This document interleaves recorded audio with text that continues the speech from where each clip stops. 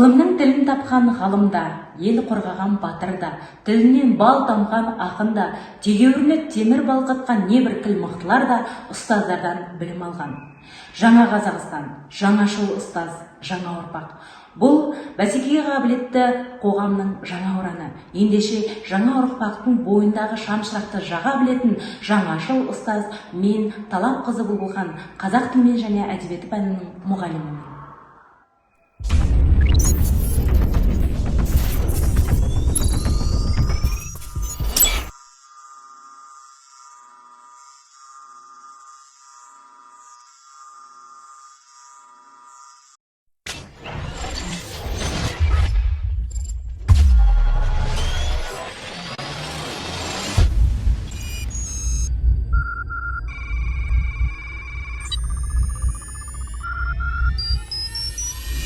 Ұстаз деген ол есімнің астарында алғаш әріп танып, оң мен солыңды ажырататын сыртқы пайым мен ішкі парасатты үйлестіріп беретін адам ғана емес, тұтас бір ұлттың жанашыры тұрғандай көрінеді.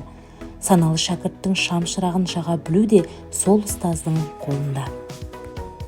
Осылайша оқушыларым аудандық, облыстық байқауларда үнемі жүлделі орындарды еншілеп келеді.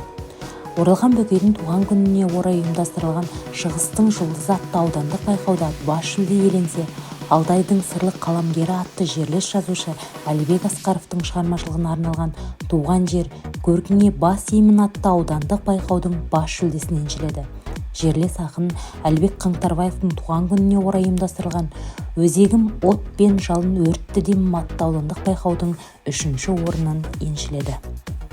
Облыстық байқауларға тоқталатын болсақ, былтыр сұлу сөз, көркем ойдың кемеңгері атты Қабдеш Жұмаділовтің шығармашылығына арналған облыстық байқаудың 3-ші орнына ие болдық.